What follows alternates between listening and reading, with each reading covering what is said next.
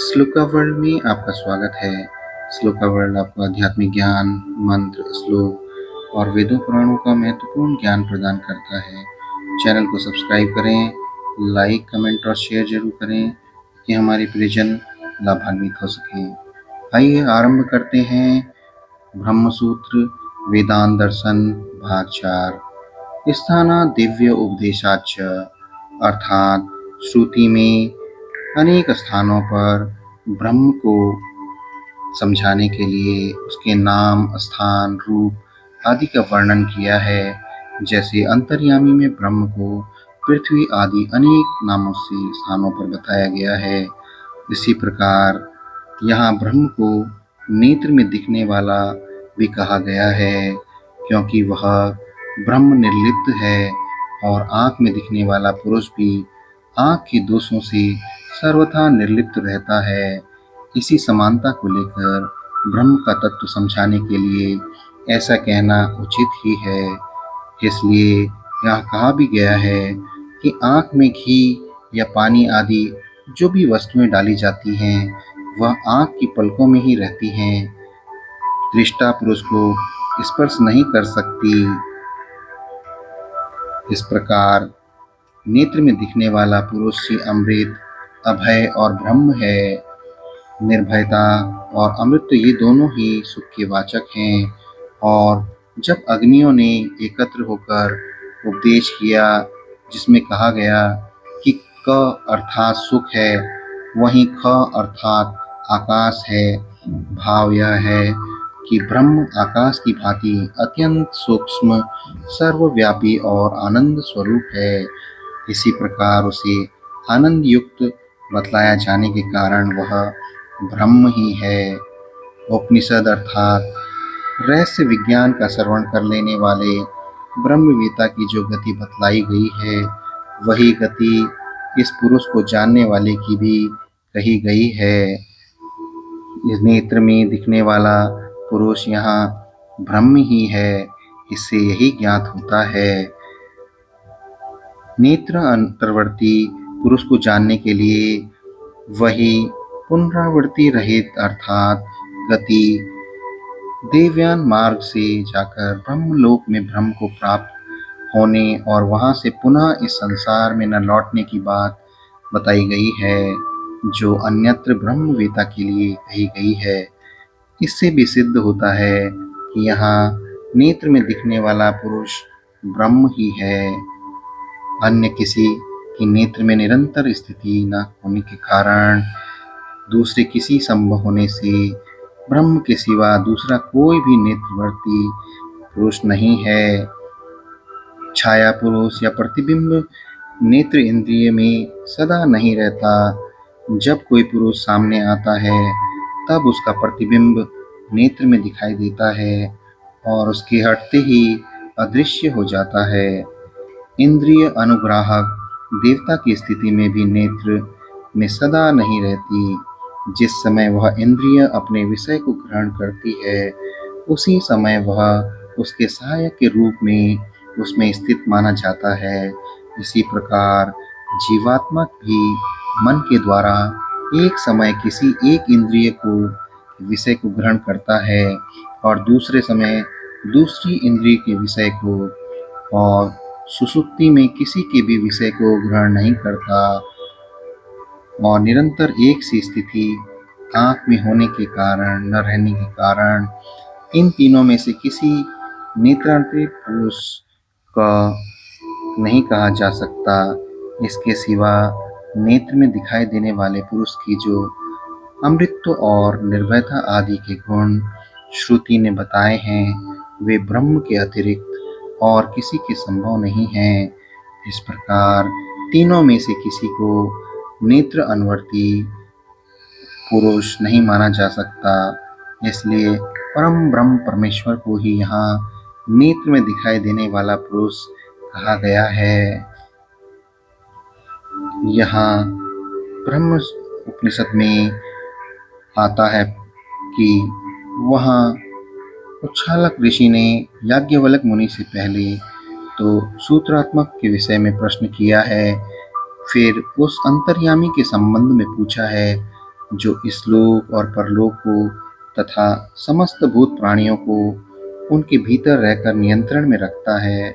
उसके उत्तर में याज्ञवल्क्य ने सूत्र आत्मा को वायु को बताया है और अंतर्यामी का विस्तार पूर्वक वर्णन करते हुए उसे जड़ चेतनात्मक समस्त भूतों, सब इंद्रियों और संपूर्ण जीवों का नियंता बताकर अंत में इस प्रकार कहा है कि यह तुम्हारा अंतर्यामी अमृत स्वरूप आत्मा देखने में न तो आने वाला किंतु स्वयं को देखने वाला है, सुनने में न आने वाला किंतु स्वयं सब कुछ सुनने वाला है, और मनन में न करने में न आने वाला किंतु स्वयं सबका मनन करने वाला है।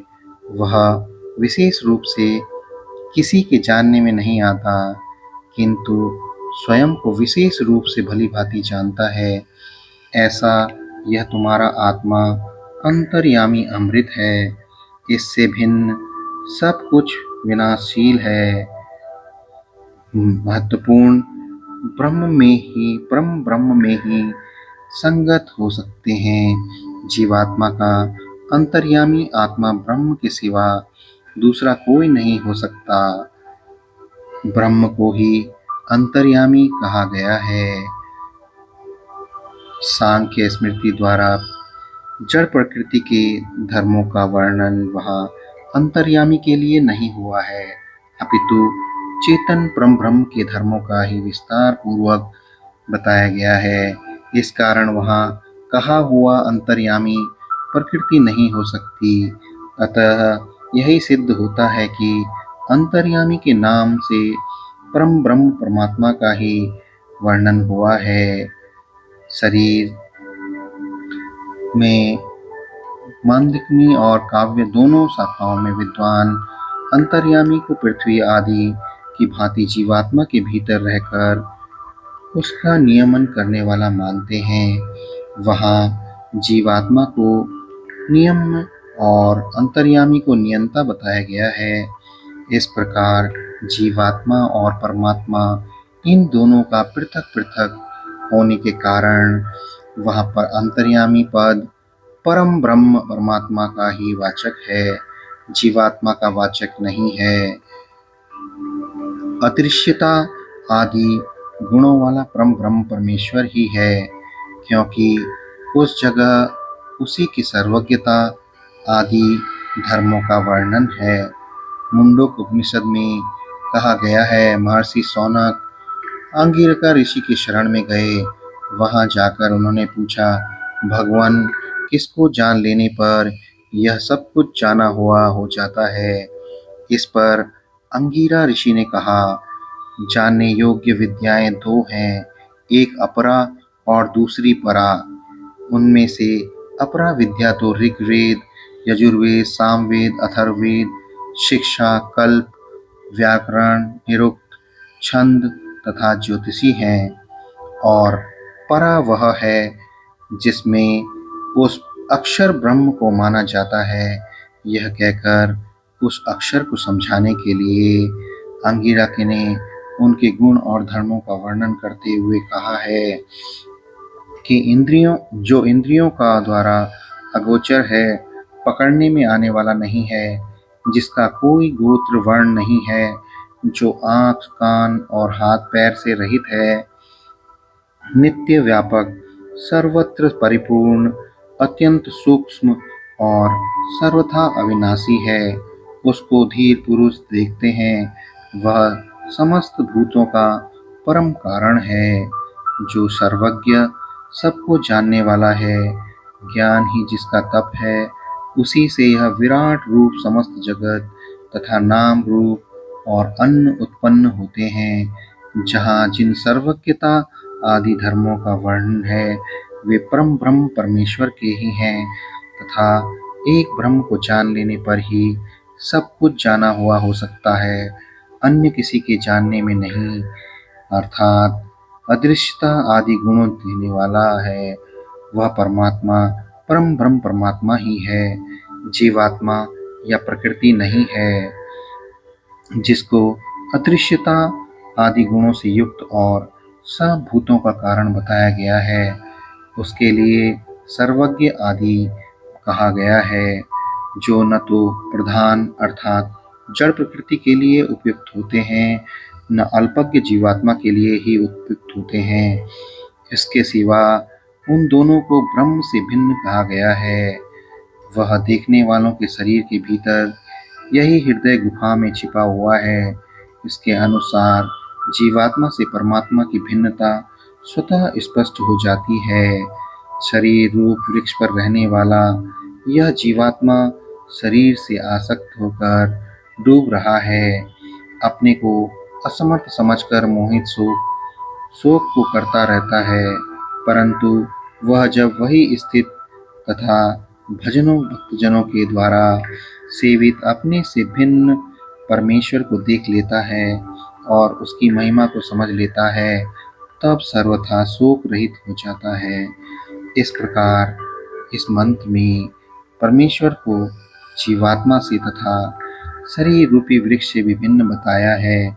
यहाँ जीव और प्रकृति दोनों में से कोई भी अदृश्यता आदि गुणों से युक्त जगत कारण नहीं हो सकता।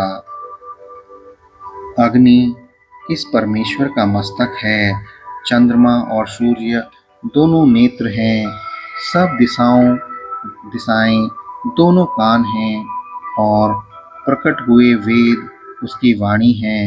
वायु इसका प्राण और संपूर्ण विश्व हृदय है। इसके पैरों में से पृथ्वी उत्पन्न हुई है। यह समस्त प्राणियों का अंतर्मात्मा है। इस प्रकार परमात्मा के विराट स्वरूप का करके उसे सबका अंतरात्मा बताया है। भूत योनि के नाम से परम ब्रह्म परमात्मा का ही वर्णन है, यही निश्चय होता है। प्राचीन साल सत्य यज्ञ, इंद्रधुम्न जन तथा बुंडील ये पांचों ऋषि श्रेष्ठ गृहस्थ तथा महान वेदवेता थे। इन्होंने एकत्र होकर विचार किया कि हमारा आत्मा कौन है और ब्रह्म का क्या स्वरूप है। जब वे किसी निर्णय पर नहीं पहुंच सके, तो यह निश्चय किया कि इस समय महर्षि उद्दालक वैश्वानर आत्मा के ज्ञाता हैं, हम लोग उन्हीं के पास चलें। इस निश्चय के अनुसार वे पांचों ऋषि उद्दालक मुनि के यहाँ पहुँचे। उन्हें देखते ही मुनि ने अनुमान कर लिया कि ये लोग मुझसे कुछ पूछेंगे, किंतु मैं इन्हें पूर्णतया उत्तर नहीं दे सकूंगा। अतः अच्छा हो कि मैं इन्हें पहले से ही दूसरा उपदेष्टा बतला दूं। यह सोचकर ऋषि उद्दालक ने उनसे कहा, आदरणीय महर्षियों, इस समय केवल राजा अश्वपति ही वैश्वानर आत्मा के ज्ञाता हैं। आइए हम सब लोग उनके पास चलें। यों कहकर उन सबके साथ मुनि वहां गए। राजा ने उनका यथोचित सत्कार किया और उन्हें दूसरे दिन यज्ञ में सम्मिलित होने के लिए प्रार्थना करते हुए उन्हें पर्याप्त धन दान आदि देने का कहा। इस पर महर्षियों ने कहा, हमें दान धन आदि नहीं चाहिए। हम जिस प्रयोजन से आपके पास आए हैं वही बता दीजिए। हमें पता लगा है कि आप वैश्वानर आत्मा को जानते हैं, उसी का हमारे लिए उपदेश करें। राजा ने दूसरे दिन उन्हें अपने पास बुलाया और एक एक करके क्रम से पूछा, इस विषय में आप लोग क्या जानते हैं? उनमें से उपमन्यु पुत्र प्राचीन साल ने उत्तर दिया, मैं भूलोक को आत्मा समझकर उसकी उपासना करता हूँ। फिर सत्य यज्ञ बोले, मैं सूर्य की उपासना करता हूँ। इंद्रधुम्न ने कहा, मैं वायु की उपासना करता हूँ। जन ने कहा, अपने को आकाश का, और बुढ़ल ने जल का उपासक बताया। इन सब की बात सुनकर राजा ने कहा, आप लोग उस विश्व के आत्मा वैश्वानर की उपासना तो करते हैं, परंतु उसके एक एक अंग की ही उपासना आपके द्वारा होती है। अतः यह सर्वांग पूर्ण नहीं है, क्योंकि उस इस विश्व की आत्मा वैश्वनारद भूलोक मस्तक है, सूर्य नेत्र है, वायु प्राण है, आकाश शरीर का मध्य भाग है, जल बस्ती स्थान है, पृथ्वी दोनों चरण हैं, वेदी वक्षस्थल है, दर्भ लोम है, ग्रहपत्य अग्नि हृदय है और अग्नि मन है, आहवनीय अग्निमुख है। इस वर्णन से पता चलता है कि यहाँ विश्व के आत्मा रूप विराट स्वरूप पुरुष को ही वैश्वानर कहा गया है, क्योंकि इस प्रकरण में जठराग्नि आदि के वाचक साधारण शब्दों की अपेक्षा परम ब्रह्म के वाचक विशेष शब्दों को कहा गया है। अग्नि जिसका मुख, भूलोक मस्तक, आकाश नाभि, पृथ्वी दोनों चरण, सूर्य नेत्र और तथा दिशाएं कान हैं, उस सर्वलोक स्वरूप परमात्मा को नमस्कार है। इस प्रकार में स्मृति में परमेश्वर का अखिल विश्व के रूप में वर्णन कहा गया है। स्मृति के वचन से उनकी मूलभूत किसी श्रुति का होना सिद्ध होता है। छांदोग्य श्रुति में जो वैश्वानर का स्वरूप का वर्णन है, वही स्मृति वचन का मूल आधार है। यहाँ परम ब्रह्म के विराट रूप को ही वैश्वानर कहा गया है। यह बात स्मृति से भी सिद्ध होती है। अतः जहाँ जहाँ आत्मा या परमात्मा के में वैश्वानर शब्द का प्रयोग कहा गया है, वहाँ उसे परम ब्रह्म के विराट स्वरूप का वाचक ही मानना चाहिए, जठरानल या जीवात्मा का नहीं। मांडुक्य उपनिषद में ब्रह्म के 4 पादों का वर्णन करते समय ब्रह्म का पहला पाद वैश्वानर को बताया गया है। वहाँ भी वह परमेश्वर के विराट स्वरूप का ही वाचक है, जीवात्मा का नहीं। यदि कहो अन्य श्रुति में इस वैश्वानर अग्नि को पुरुष के आकार का तथा पुरुष के भीतर प्रतिष्ठित जानता है। इस प्रकार वैश्वानर शब्द के अग्नि के विशेषण में कहा गया है। जिस श्रुति पर विचार चल रहा है, इसमें ग्रहपत्य आदि तीनों अग्नियों के वैश्वानर का अंग बताया है। इसी प्रकार भगवत गीता में भी कहा गया है, मैं ही वैश्वानर रूप में प्राणियों के शरीर में स्थित हूँ, 4 प्रकार के अन्न का पाचन करता हूँ। इन सब कारणों से यहाँ वैश्वानर के नाम से जठराग्नि का भी वर्णन है, परमात्मा का नहीं। तो यह कहना ठीक नहीं है, क्योंकि सतपथ की श्रुति ब्राह्मण श्रुति में जो वैश्वानर अग्नि को जानने की बात कही गई है, वह जठराग्नि में ब्रह्म दृष्टि कराने के उद्देश्य से कहा है। यदि ऐसा न होता तो उसको पुरुष नहीं कहा जाता। श्रीमद् भागवत गीता में भी जो वैश्वानर अग्नि को सब प्राणियों में शरीर में स्थित बताया गया है, वहाँ भी उसमें परमात्म बुद्धि कराने के लिए भगवान ने अपनी विभूति के रूप में कहा है। इसके सिवा जिस पर विचार किया गया है, उस श्रुति में समस्त ब्रह्मांड को वैश्वानर का शरीर बताया गया है। सिर से लेकर पैरों तक उसके अंगों में समस्त लोकों की कल्पना की गई है। यह जठराग्नि के लिए असंभव भी है तथा सतपथ ब्राह्मण में यहाँ भी इस वैश्वानर पुरुष के आकार वाला और पुरुष कहा गया है, जो कि जठराग्नि और जीवात्मा के लिए उपयुक्त नहीं है। इन सभी कारणों से वैश्वानर परम ब्रह्म परमेश्वर ही है, अन्य कोई नहीं है।